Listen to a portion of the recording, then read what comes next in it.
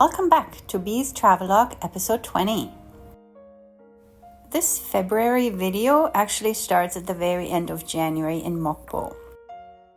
I had posted in one of the language groups for Mokpo that I was looking for someone to teach me Korean and for me to teach them English. So I had connected with a young man from Nepal who knew some Korean and who wanted to improve his English. We had agreed to meet for afternoon coffee. I arrived early and checked out the neighborhood, which turned out to have a lot of colorful streets, all of them narrow and painted. It was a sunny day, but very cold and windy. I found this camellia bloom, these chairs underneath the camellia trees, and this gazebo in the neighborhood.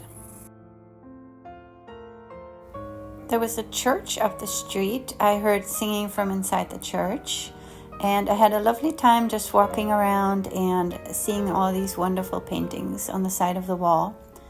And then I finally decided to head to the cafe to warm up and wait for him. I got a bit grumpy when I got a text from him telling me that he was at some home goods store and late. But it turned out later when we were talking that he meant his bus was at that store and he was letting me know the approximate location. So we ended up having a nice conversation over a muffin and tea, and then headed out toward the Mokpo Harbor area on the western side of the city. It was very interesting to see how the fish were being stored and the tanks with various sea creatures I had never seen before. There were so many boats in the harbor because it was winter time and probably not safe enough to go fishing.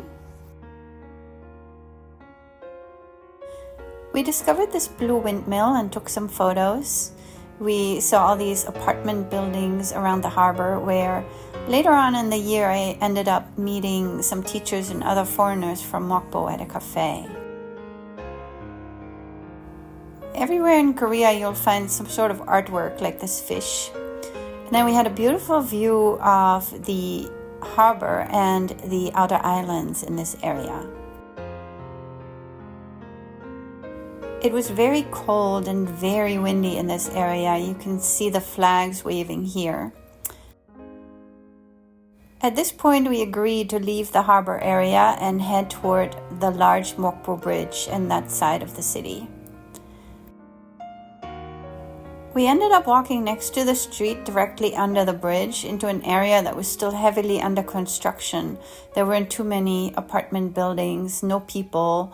We weren't sure if we were supposed to walk in this area and if we would be able to get to the other side where the buses were. We found the bridge with a beautiful view and the sun getting low in the sky. There was a lot of construction, but we followed the road and ended up finding Mokpo National Maritime University.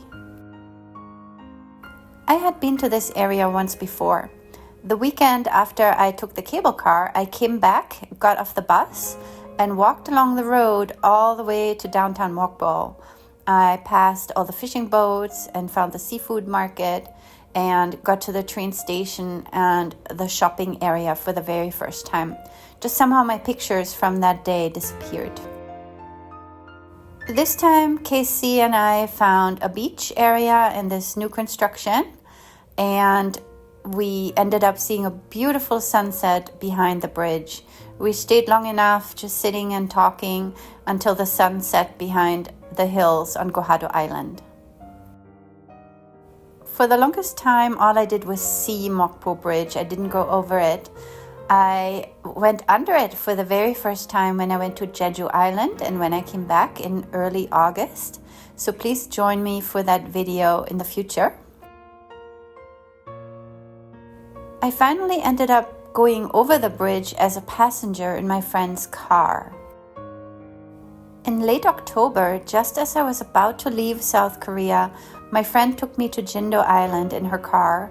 And then, because she knew that I had really wanted to go to Purple Island, she drove all the way back across Mokpo Bridge and the Infinite Bridge to Shinhan Island, and from there we walked to Purple Island. I hope you'll join me for that episode as well.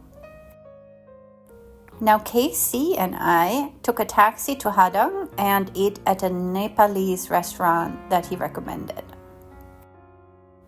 The food and mango lassi were very good. February was a very mixed month for me. February 9th to the 12th was Salal, the Korean New Year. Here are some boxes of fruit that people give as gifts to their family, friends, and co-workers. My school director's son was graduating from middle school, so we went for lunch. I usually cooked my own dinner, the spicy masala curry with chicken, onions, and chilies, and then just poured that concoction over rice. I used to like mushrooms and found these unusual mushrooms, and these are my favorite pretzels from Lotte Max that I'm still missing to this day. For the long holiday over New Year, I had booked a trip to Busan. However, the day after I met KC at the Nepalese restaurant, he texted and asked if I was sick. I told him no, I wasn't, and then he told me that he had COVID. So of course, toward the end of the week, I started to get sick. I had light fever, I had runny nose, I was not feeling well at all, but all my tests for COVID came back negative. So I ended up taking the bus to Busan anyway. And the next few videos will all be about my wonderful trip to Busan that I did while I was sick. I hadn't felt too badly while I was in Busan, but when I came back, I developed major laryngitis. Because my school was so small, it really wasn't allowed to be sick. So I ended up coming to work even with laryngitis. The director of my school actually took me to the doctor who confirmed it was laryngitis and told me to try not to talk, but I was not excused from work. So I ended up teaching all my classes in a hoarse whisper. I did have some help sometimes from some of the other teachers, but they really were a little overwhelmed and couldn't help me that much. So I ended up speaking a lot. But after 2 weeks or so, my voice ended up coming back. At the end of the month, a short walk up the street led me to another staircase that I couldn't resist climbing. It was the same mountain range I had climbed before, Oryang San, but another side peak further toward the east. The views east were beautiful with hills I would have liked to climb but never did. The trails were really steep with a rope sometimes helping to lead you down the path safely. Soon I was planning my next trip to Gwangju in March. Please join me for that episode. Thank you for watching.